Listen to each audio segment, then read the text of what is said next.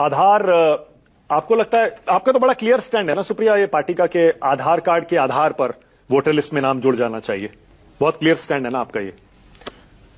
देखिए, कुछ सवाल इस चुनाव में, कुछ सवाल चुनाव आयोग पर खड़े हैं।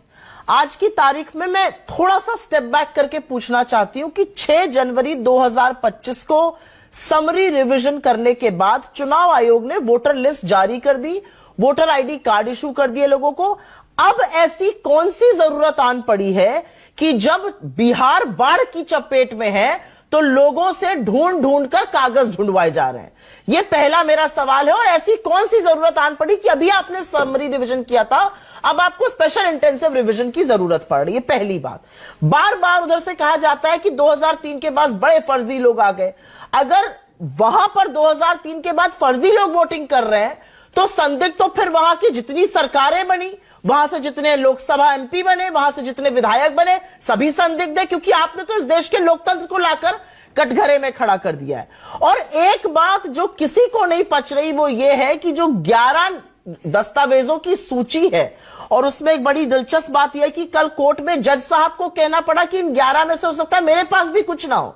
उन्होंने हेयरिंग के दौरान एक टिप्पणी करते हुए कहा, लेकिन जो 11 दस्तावेजों की सूची है जिसमें आधार कार्ड नहीं है और जिसमें वोटर आईडी नहीं है। अब सवाल इस बात का उठता है कि जिस वोटर आईडी पर मैंने वोट देकर इस सरकार को चुना है, अगर वो वोटर आईडी नहीं है तो मैंने किसको चुना है? पहला सवाल ये। और आधार के बेसिस पर आपका जाति प्रमाण पत्र बन सकता है, आधार के बेसिस पर आपका राशन कार्ड में नाम आ सकता है, लेकिन उस आधार की मान्यता नहीं है।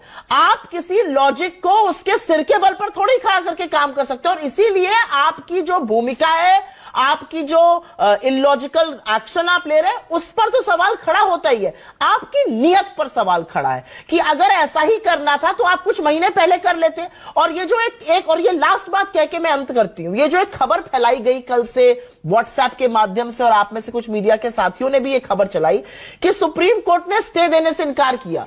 किस याचिकाकर्ता ने स्टे मांगा था? किसी ने स्टे नहीं मांगा था। ये गलत खबर है। और इसीलिए मैं अपनी बात ये कहकर अंत करती हूं कि सुप्रीम कोर्ट ने कल जो देश के सामने सवाल पूछा चुनाव आयोग से, वही सवाल है कि अभी कौन सी जरूरत आन पड़ी और ये डॉक्यूमेंट आप क्यों नहीं उसमें इंक्लूड कर रहे? उसमें राशन कार्ड है, उसमें वोटर आईडी कार्ड है, उसमें आधार कार्ड है। आधार को लिंक करने के चक्कर में लोगों के पैसे अकाउंट में जब्त हो जाते हैं, लेकिन आधार आपका आधार के बेसिस पर आपका जाति प्रमाण पत्र बन सकता है, लेकिन आधार के बेसिस पर आप वोट नहीं दे सकते। ये कौन सी बात है? और सबसे बड़ी बात, अगर ये सब संदिग्ध था 2003 से, तो संदिग्ध तो फिर सरकार भी है, सब चुने हुए प्रतिनिधि भी है।